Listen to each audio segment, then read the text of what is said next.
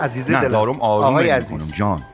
واقعا خسته شدم از این رفتارهای غلط. رامبد تماشاچی میبینه، بچه ها عزیز میبینن، دلم به جان خودم، به جان شما دعوا نکردم، دعوا نکردم. چی کار کردی؟ آقا برادر، ما سوار اتوبوس بودم. خب یه آقای پیری، یه پیرمردی هم با نوش سوار بود. خب ما داشتیم میرفتیم، اتوبوس شلوغ بود، این پیرمرده نشسته بود، این نوه 4-5 سالش وایساده بود. خب اتوبوس رسید ایستگاه آخر، بله همه پیاده شدن. بله این نوش خوشحال شد، گفت بابا بزرگ صندلی پیدا کردم.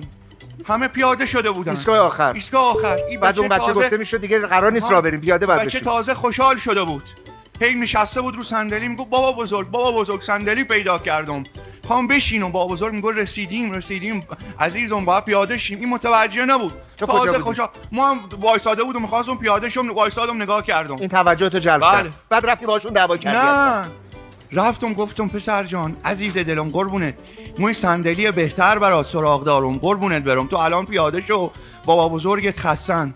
ما کولش کردم بچه 2 ایستگاه با بابا بزرگ راش بردم تا دم خونه شون که این بچه دلش نشکنه که صندلی پیدا کرده بیا رو کول ما بشینه. 2 ایستگاه اینو راه بردم تا دم خونه شون، کمرم گرفت، گفتم شاه حسینی بیا کم ماساژ